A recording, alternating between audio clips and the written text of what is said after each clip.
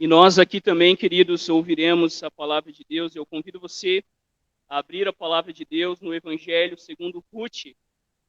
Hoje a gente termina o Evangelho de Ruth. Esse é o quinto domingo aí que a gente tem refletido nesse livro que fala exatamente sobre a história real do amor de Deus pelo seu povo. Ruth, capítulo 3, a partir do verso 14. Abra a palavra de Deus em Ruth 3, e a gente vai fazer a leitura do 14 até o 18, apesar da gente hoje ter um desafio aí de fechar esse livro na noite de hoje. Todos encontraram? Ruth fica aí no nosso Antigo Testamento. Você passa Gênesis, Êxodo, Levítico, Números e Deuteronômio. Tem o livro de Josué, tem o livro de Juízes. Então nós temos a pequena história dessa família comum que nos revela um Deus em comum. Todos encontraram? Ruth, capítulo 3, do 14 ao 18, a palavra de Deus diz assim, ouça com fé.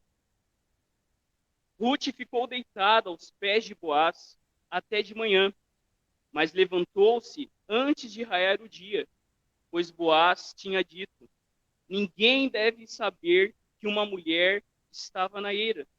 Então Boaz lhe disse, traga-me sua capa e estenda aqui. Ele despejou sobre a capa 6 medidas de cevada e a pôs sobre as costas de Ruth. Depois ele retornou à cidade. Quando Ruth voltou à sua sogra, ela lhe perguntou, como foi, minha filha? Ruth contou a Noemi tudo que Boaz havia feito e acrescentou, ele me deu essas 6 medidas de cevada e disse, não volte para sua sogra de mãos vazias. Então Noemi disse, tenha paciência, minha filha, até sabermos o que vai acontecer. Boaz não descansará enquanto não resolver esta questão ainda hoje. Esta é a palavra do Senhor. Feche seus olhos. Pai, nós te bendizemos e louvamos o teu nome, pelo teu grande amor, pela tua fidelidade. Te louvamos, Deus, porque hoje nós celebramos também o domingo da Trindade, o dia que nós nos lembramos que tu és um Deus Pai, Filho e Espírito Santo, que veio nos salvar através da obra de Cristo Jesus. E a história de Ruth é a história real do teu amor por nós, é a história do resgate, da redenção que o Senhor fez através de Cristo Jesus. Nós que estávamos mortos em nossos delitos e pecados, nós que vivíamos a nossa vida longe do Senhor, nós que éramos inimigos, fomos feitos amigos do Senhor, filhos do Senhor, através de Jesus Cristo. E nós te louvamos, porque essa história, ela não tem fim, e as nossas vidas, ó Deus, comuns, ordinárias, passageiras, se tornam incomuns, eternas, porque o Senhor está na nossa história. E se estamos unidos com Jesus, nós também, Deus, fazemos parte dessa história sem fim. Nós oramos em teu nome. Amém e amém. Queridos, veja comigo o texto. No verso 14, Boaz envia Ruth de volta para Noemi cedo, de manhã, porque ele queria proteger a integridade e a reputação dela.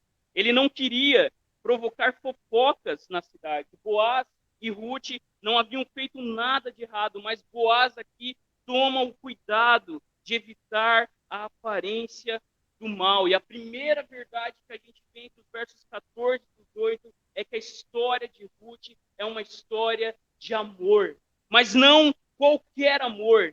E nós vimos no domingo passado que esse episódio parece ser romântico, parece ser a cena de um filme, mas o que está acontecendo aqui é a relação de um amor maior, simplesmente um amor apaixonado. É o amor fiel e pactual que Ruth tinha com Noemi. O que Boaz faz aqui é dar evidências desse amor. Ele preserva a vida de Ruth. E na semana passada, o autor ele nos deixa em suspense, assim como um filme. Quando a gente pensa que tudo está caminhando para um final feliz, de repente há uma reviravolta, o próprio Boaz apresenta, olha, eu poderia ser o resgatador da sua família, mas há um parente mais próximo. E o autor inspirado, então, nos deixa sob suspense. Ele apresenta que outro deveria fazer o resgate. Naquele tempo, naquela noite, naquela era, naquele mesmo momento, Boaz poderia aceitar Ruth em casamento. Mas Boaz não é conduzido por emoções, mas ele é conduzido pela palavra de Deus. Amém? Nós estamos no tempo dos juízes, aonde cada um fazia o que era certo aos seus próprios olhos. O que Boaz faz aqui como um homem forte, o nome dele significa isso, era de fato não ser conduzido pelas suas emoções. E provavelmente, talvez Boaz estivesse afeiçoado de Ruth.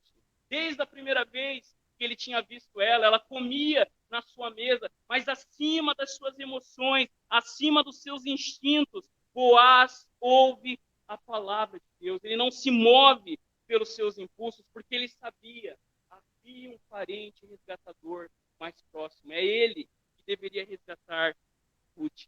O texto, queridos, é descrito que Boaz havia comido e bebido, que ele estava alegre pelas colheitas, era um tempo de festa. A gente acha que o povo de Deus não festejava, às vezes a gente acha que o povo de Deus é um povo carrancudo, que não se diverte, que não se alegra, muito pelo contrário. Nós estamos aqui num período onde o povo celebrava as colheitas, era um tempo, depois de tempo plantando, de tempo esperando, eles tinham comida em abundância e eles celebravam aquilo que Deus havia dado. E lá estava Boaz alegre pelas colheitas de Deus, assim como nós estamos alegres nessa noite, no mesmo tempo que os judeus estavam vivendo aqui, nós estamos vivendo no tempo das colheitas, o Pentecoste, que acontece 50 dias depois da Páscoa. Queridos, para a gente destacar nesse encontro de Boaz e Ruth, nesse encontro da era, o que estava acontecendo aqui era a história do amor que vem de Deus. E no seu livro, C.S. Lewis, no seu livro Quatro Amores, o C.S. Lewis, num trecho, diz o seguinte: o amor necessidade e o amor doação.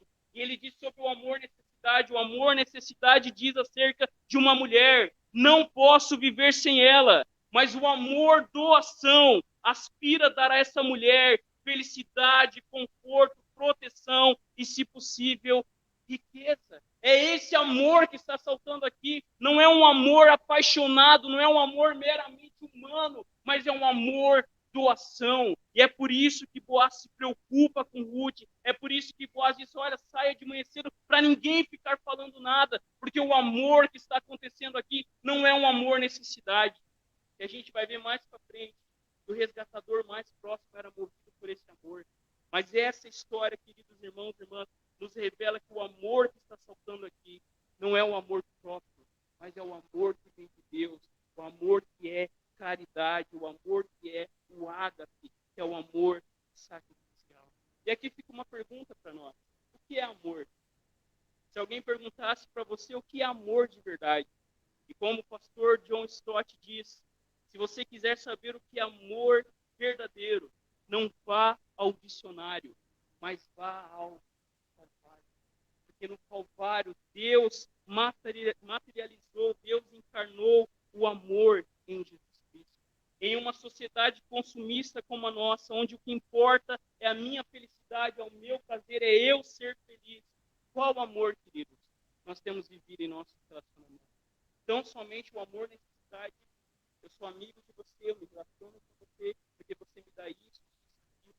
Ou o amor doação que vem de Deus, que é esse amor que está movendo Boaz. Qual é o amor nos nossos casamentos?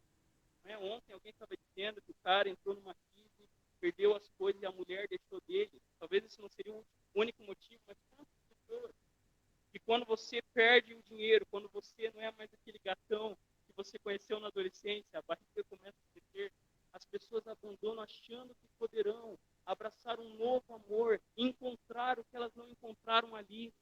Boaz nos ensina sobre esse amor, doação, Deus. É aquele amor que diz: eu quero mais amar.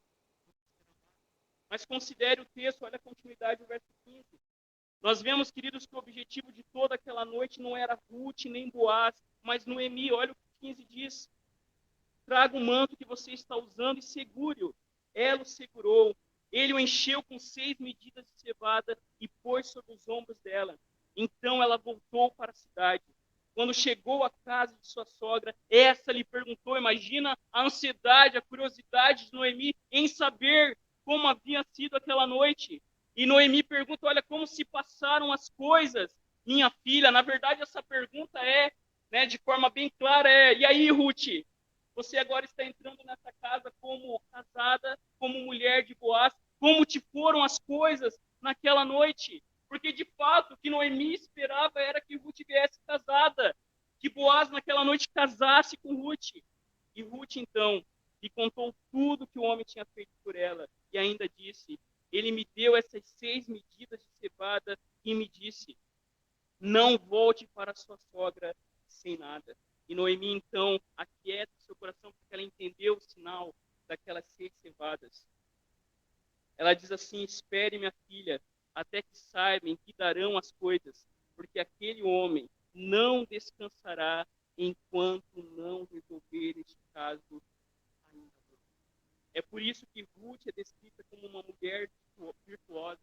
É por isso que Boaz abençoa Ruth e diz que ela mostrou uma bondade ainda maior para sua sogra Noemi. Porque aquele encontro não visava o prazer e a necessidade tão somente de Ruth. Mas a entrega de Boaz daquelas 6 cevadas revela que Ruth estava ali por amor à sua sogra. Os irmãos lembram da declaração de Ruth lá no nosso segundo encontro? Olha, o seu povo é o meu povo, o seu Deus é o meu Deus. Eu quero morrer com você. Ruth é descrita como uma mulher virtuosa, porque ela de fato não ficou em casa choramingando, mas ela foi, queridos, e arriscou a sua vida por amor de Noemi. E aqui nós aprendemos, queridos irmãos e irmãs, que amor de verdade é o amor que não visa tão somente a nossa satisfação, mas sim aqueles que estão à nossa volta. E quando você olha aí no texto, alguns comentaristas vão nos lembrar que o escritor chama a nossa atenção para o número 6. E o número 6 na Bíblia é o número da imperfeição. E um autor diz assim, o 6 garante que haverá um 7º. Se Boaz, queridos, deu 6, certamente ele dará o 7. Quando Boaz dá 6 medidas de cevada, a mensagem que Noemi captou é exatamente essa. Fiquemos tranquilas, vamos descansar, porque se Boaz deu 6 medidas, é certo que ele vai terminar a boa obra que ele começou. Que ele não vai descansar, como Noemi disse, enquanto não resolver essas coisas ainda hoje. Queridos, lembre-se da palavra do Senhor. Assim como Noemi entendeu que aquelas 6 medidas era a garantia de que Ruth e Noemi não ficariam apuras, não ficariam desamparadas. Se lembre da palavra de Deus que diz aqui, aquietai-vos e saber que eu sou Deus. Lembre-se da palavra do Senhor que diz que o choro pode sim durar uma noite inteira e muitas noites inteiras, mas a alegria ela vem pelo amanhecer. Lembre-se da palavra de Deus que diz que aquele que começou a boa obra, ele há de terminar até o dia de Cristo Jesus. Se o sinal para Noemi e Ruth ficar tranquila, prova do amor de Boaz, o sinal maior e concreto, visível, histórico, que Deus nos deu, foi Cristo Jesus como nosso Salvador. A história de Ruth é a história sobre o amor do Deus que enviou e entregou o seu Filho por amor de nós. Mas olhe, queridos, agora o capítulo 4, entre os versos 1 e 10, nós vemos que essa história é uma história sobre redenção. Olha o que o texto diz. Boaz foi até o portão da cidade e sentou-se ali. Eis que o resgatador de que Boaz havia falado ia passando. Então ele chamou, ô fulano, chegue aqui e sente-se. Ele foi e se sentou. Então Boaz chamou 10 homens dos anciãos da cidade e disse, sentem-se aqui. E eles se sentaram.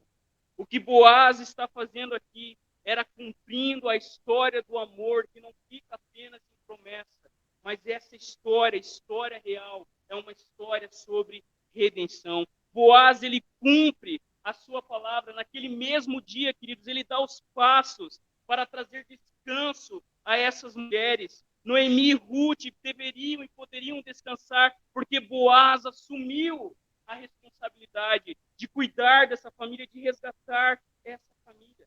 E naquele tempo não havia os cartórios como a gente tem hoje. Hoje você vai casar, você vai comprar um terreno, você vai lá no cartório, não é? Naquele dia os cartórios funcionavam nos portões da cidade.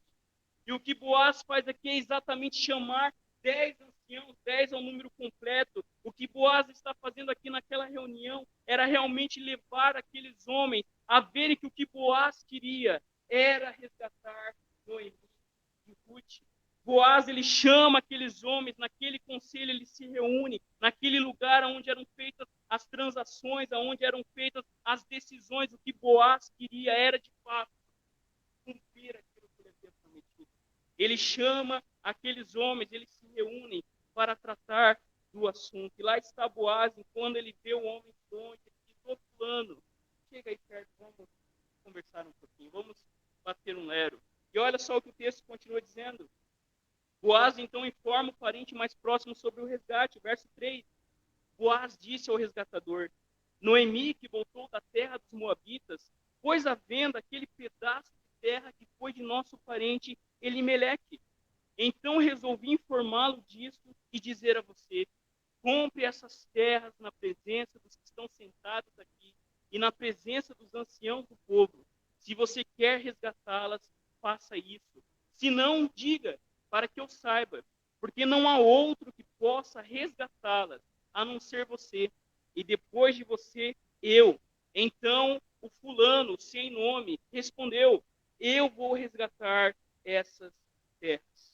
A princípio, o fulano, isso deve chamar a nossa atenção, num livro que todo mundo tem nome, aparece um personagem sem nome. É como quando a gente vai falar com alguém, né? O Zé, o Ciclano, o Beltrano. É um personagem sem nome. E esse deveria resgatar as terras de Noemi. E é interessante a gente pensar nisso. Por que que esse homem não tem nome? Por que que esse homem é um estranho misterioso? Por que que o termo usado aqui era: não importa quem é essa pessoa? Porque esse plano estava movido não por amor de resgate, não visando o bem de Ruth e Noemi, mas visando o seu próprio lucro. A princípio, quando Boaz aqui teve uma sacada esperta, ele começa mostrando o lado bom da transação. Olha, você precisa comprar as terras de Noemi. E brilhou os olhos do fulano sem nome. Afinal, ia agregar mais poder, ele ia ter mais dinheiro. Mas o que Boaz faz? Depois que prontamente ele diz: olha, não, eu vou resgatar a Noemi, eu vou pegar as terras dele. O nome dele aqui, queridos irmãos e irmãs, revela que esse homem não estava sendo movido por amor, mas estava sendo movido por ganância. Porque olha o que o texto continua, o próprio texto responde. Olha o verso 5. Boaz, porém, lhe disse: no dia em que você receber essas terras da mão de Noemi, também terá de receber Ruth, a Moabita, já viúva, para perpetuar o nome do esposo falecido da herança dele.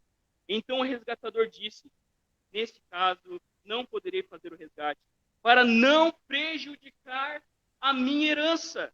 Faça você mesmo o uso do direito, porque eu não poderei fazê-lo. O que aquele homem estava dizendo é: o que eu vou ganhar com isso? Como isso vai me satisfazer? Eu vou gostar disso? Quanto isso vai me custar? O parente mais próximo não queria resgatar aquela família. O que ele queria era o terreno daquela família. Ele não estava preocupado com a vida daquelas mulheres, porque ele mesmo disse: olha, se eu tiver que casar com Ruth vai ter um filho, no fim essa terra nem vai ser minha, eu vou ter que ficar sustentando uma mulher idosa e mais uma mulher e mais uma criança, até quando aquele homem, queridos irmãos e irmãs, não poderia resgatar essa família, porque ele estava sendo movido não por amor, mas por ganância. Ele visava apenas o seu benefício. Não é assim o nosso problema hoje. A gente vive as nossas vidas muitas vezes só para a nossa própria satisfação. Casamentos acabam porque as pessoas dizem: eu não sou mais feliz. Amizades são desfeitas por tão poucas coisas porque as pessoas estão cheias de si. E esse fulano sem nome, que desaparece na história, desaparece exatamente para mostrar isso. Aquele que vive para si mesmo não faz parte da história do resgate de Deus. Aquele que vive só para si desaparece na história. E nós estamos num texto super importante. Olha aí o final desse capítulo, dando um spoiler para você. Olha os nomes que aparecem ali. Esse homem poderia ter o nome dele escrito para sempre. Nessa noite, a gente poderia estar falando desse homem. Mas esse homem, movido por amor ao dinheiro, desaparece com as suas riquezas. E aqui fica uma lição para a gente. Não deixe que a ganância tome o seu coração. Não deixe, queridos irmãos e irmãs, que o seu dinheiro, o amor ao dinheiro, impeça que você comece a ajudar as pessoas que estão à sua volta. Porque esse homem, nesse texto, o nome dele não se perpetua, porque ele não foi generoso, porque ele não queria resgatar essa família. E olha o 7. O 7 diz então que eles selam um acordo. Boaz percebeu que aquele homem não era flor que se cheira, e Boaz diz assim: esse era antigamente o costume em Israel, quando os resgates e permutas, quem queria confirmar o negócio, tirava a sandália do pé e entregava ao outro. Era assim que se confirmava um negócio em Israel. Por isso, quando o resgatador disse a Boaz: faça você o resgate, tirou a sandália do pé. Então Boaz disse aos anciãos e a todo o povo: hoje vocês são testemunhas de que comprei de Noemi tudo que pertencia a Elimeleque, a Quilion e a Malom. E também tomo por mulher Ruth, a Moabita, que foi esposa de Malom, para perpetuar o nome deste sobre a sua herança, para que este nome não seja exterminado dentre os seus irmãos. Hoje vocês são testemunhas disso.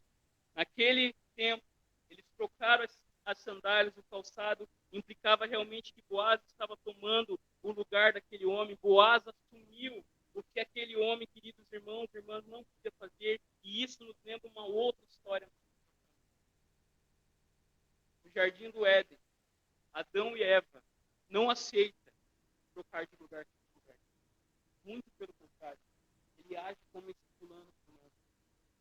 No Éden, queridos irmãos e irmãs, Adão e Eva quer proteger a sua pele. A mulher que tu me deste me fez pecar.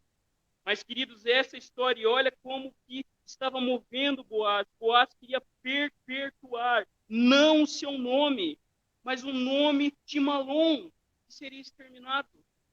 Queridos irmãos e irmãs, há uma reviravolta nessa história. Nós vemos aqui Deus trabalhando por meio de Boaz, e Boaz então substitui o parente mais próximo. E isso é as boas novas do Evangelho. Assim como Boaz substituiu aquele homem, Cristo Jesus substituiu o primeiro Adão. Não é assim que Paulo fala? Através do primeiro Adão, todos pecaram, mas através do segundo Adão, a vida para todos aqueles que se aproximam desse Adão, que não diz a culpa é da minha igreja, a culpa é de vocês merecem o inferno.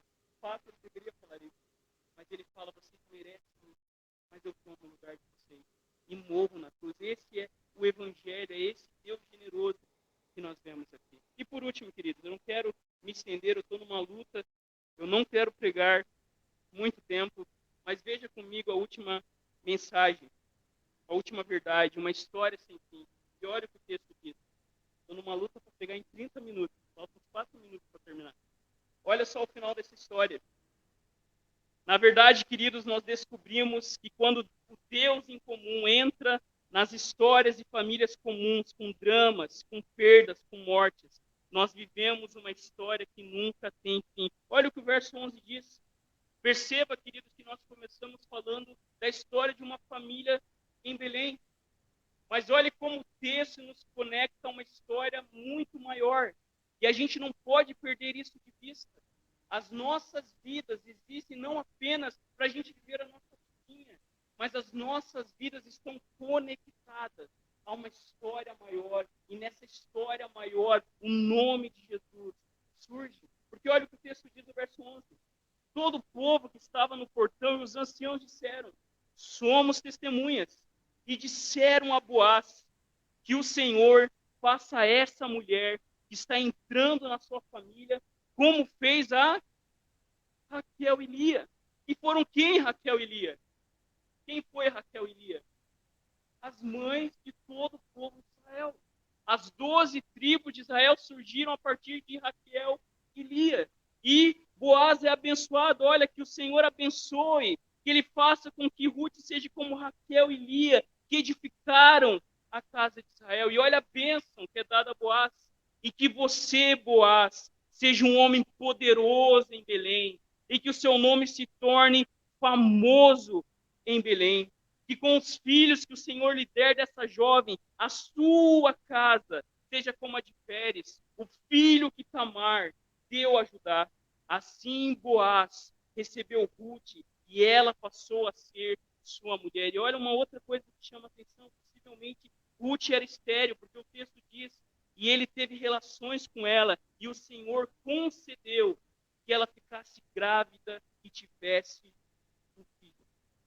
Essa história que começa falando com uma simples termina nos revelando que essa história, na verdade, é Deus salvando o seu povo no meio de morte, no meio de desobediência, no meio onde ninguém buscava Deus. Ruth é conectada com as mães do povo de Israel, e não é à toa que o nome de Ruth está onde? Aonde está o nome de Ruth? Na genealogia do Messias, do Salvador. Boaz se tornou famoso, ninguém esquece de Boaz, o nome dele está no templo de Salomão. De fato, isso se cumpriu, porque Boaz não queria perpetuar o seu nome, mas Boaz queria perpetuar o nome de outro que já havia morrido. E o que Deus faz com isso? Deus torna eterno o nome de Boaz, e nós estamos aqui hoje nos lembrando desse homem. Mas olha uma outra coisa que o texto cita: Tamar e Judá. Você conhece essa história desse casal? Nós estamos lá em Gênesis caminhando, nós chegamos num capítulo que parece que está ali para tirar a gente do sofá. A história de Judá e Tamar, queridos, é uma história que envolve pecado, morte e desobediência. A história de Judá e Tamar é a história de uma mulher que tem que se passar como prostituta para não ser abandonada. Exatamente por quê? Porque os homens da família não queriam ser o resgatador. E no meio dessa confusão, o que o autor está dizendo é: Deus trabalha no meio do caos. Se Judá não era homem de verdade, quando ele descobre que a sua nora havia se prostituído, ele queria queimar ela, até que ela apresenta um sinal. Essa aqui é as coisas do homem. Teve relação comigo. Ele se arrepende. É no meio dessa história, queridos irmãos e irmãs, bagunçada, é nas nossas vidas tortas que Deus escreve a sua vitória sobre todas as coisas. Como Jacó, como Judá, como Davi, como eu e você, nós temos um Deus que nos coloca na sua história para nos salvar. Nós vemos bênçãos sobre Ruth e sobre Boaz, mas quem não poderia ficar de fora dessa festa? Olha aí o verso 14. Então as mulheres disseram a Noemi: bendito seja o Senhor, que não deixou hoje de lhe dar um neto, que será o quê? O seu resgatador. Que o nome dele venha a ser famoso em Israel. Nele você terá renovação da vida e consolo na velhice, pois a sua nora que ama você o deu à luz, e para você ela é melhor do que 7 filhos. Noemi pegou o menino no colo e passou a cuidar dele. Como o autor escreve, Deus provocou uma série de reviravoltas. Ele traz aqui Noemi novamente a plenitude. Noemi estava culpando Deus. Lembra de Noemi? Depois que ela perde o marido, ela perde os filhos. Depois que ela olha para Ruth e achava que a Ruth ia ser um problema na sua vida, um lembrete da sua desobediência. Agora nós vemos aqui, queridos irmãos e irmãs, Noemi louvando o Senhor, sendo abençoada pelo Senhor. Agora Deus está restaurando a vida de Noemi. Aquela que achava que ia morrer, aquela que achava que não teria mais filhos, agora tem um filho. Aquela que passaria fome, agora passa a ter em abundância. Deus providenciou descanso para Noemi através do filho que queria. E o Evangelho é essa mensagem do Deus que no meio do caos nos mostra a história dele. E lá no Éden, quando Adão e Eva pecaram, e a gente fica no fim do mundo, os nossos pecados, os nossos erros, quando parecem ser que é o fim da nossa história, que para nós não há mais salvação, a história de Ruth nos lembra, queridos irmãos e irmãs, Deus é aquele que age nas coisas mais terríveis que a gente possa imaginar. E olha como o texto termina. No verso 17. As vizinhas lhe deram o nome dizendo: nasceu um filho para Noemi, e o chamaram de Obed. Este veio a ser o pai de Jessé, pai de Davi. E essas são as gerações de Pérez. Pérez gerou Esrom, Esrom gerou Rão, Rão gerou Aminadab, Aminadab gerou Naasson, Naasson gerou Salmão, Salmão casou com Rabi e gerou Boaz, Boaz gerou Obed, Obed gerou Jessé e Jessé gerou Davi. O que essa história revela é que Deus não estava abandonando. Apesar de juízo ser, cada um fazia o que era certo aos seus próprios olhos, Deus estava de forma sobrenatural e misteriosa preparando o palco no qual vivia o Salvador que nos salvaria dos nossos pecados. Queridos irmãos e irmãs, o filho que nasce de Boaz e Ruth, ele é identificado como resgatador. Olha o que o texto diz lá. O texto diz que ele vai restaurar a vida e vai ser consolo para Noemi na sua velhice. Mas, na verdade, queridos, essa história e esse modo dessa linguagem nos fala sobre um Messias maior. Obed, ele veio e morreu, e Obed quer dizer servo. Mas houve, queridos, o servo do Senhor, a qual o profeta Isaías profetizava, que ele sim viria, e de forma definitiva, ele ia restaurar a vida do seu povo, e consolar o seu povo até o fim. Nós terminamos, queridos irmãos e irmãs, essa história, nos lembrando que aí está a história real de Deus. A história de Ruth é uma mini história sobre aquilo que Deus faz desde que criou o mundo. É uma história de amor, de redenção, e que não tem fim. Eis a mensagem de Ruth. Deus está conduzindo todas as coisas, inclusive as nossas vidas, e até mesmo os nossos erros, para a sua glória e para a nossa alegria nele. O chamado de Deus para mim e para você é que a gente abrace essa história maior e viva as nossas vidas comuns, que se tornam extraordinárias quando Deus em comum entra nela. Convido você a fechar os seus olhos. Coloque a sua vida, o seu coração diante do Senhor. Se lembre que essa história, a história real, é a história sobre o amor de Deus por seu povo. De como Deus se sacrificou por nós. De como Deus, queridos, nos redimiu através de Jesus Cristo. E como eu e você não precisamos temer o que virá. Porque se estamos em Jesus Cristo, se estamos comendo à mesa do Rei, a cada celebração da ceia, se fomos inseridos na aliança pelo nosso batismo, e se continuamos vivendo as nossas vidas a cada dia, diante do amor de Deus, e sendo generoso, sacrificando também as nossas vidas, assim como Deus entregou a vida de Jesus, nós podemos ter a certeza que a nossa história é a história de um Deus que continua restaurando e resgatando o seu povo. Pai, nós te louvamos pela tua palavra. Te louvamos porque tu és o restaurador, o resgatador das nossas vidas. Assim como Noemi, Pai, a gente sofre. Assim como Noemi, a gente tem perdas. Assim como Noemi, a gente tem frustrações. Assim como Noemi, Senhor, muitas vezes o nosso coração é tomado pela amargura, pelas coisas que nos acontecem. Mas acima de todas essas coisas, essa história nos mostra que o Senhor não está longe. Que o Senhor está de forma, Deus, misteriosa e sobrenatural e soberana, agindo nas nossas vidas. É a minha oração, Pai. É que se há alguém aqui no nosso meio com o coração ansioso, o coração irritado, o coração amargurado, se há alguém aqui no nosso meio machucado, se há alguém aqui no nosso meio precisando da tua providência, que cada um aqui possa ter a certeza de que Jesus Cristo é a garantia, de que o Senhor é aquele que age em favor do seu povo. Porque a tua palavra nos ensina que nunca se viu nem se ouviu um Deus como o Deus de Israel.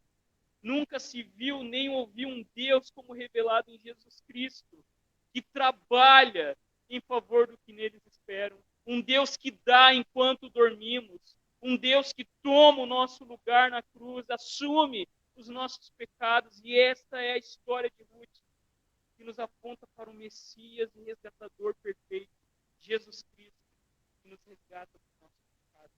Alegra o nosso coração. Nós oramos em teu nome. Amém e amém.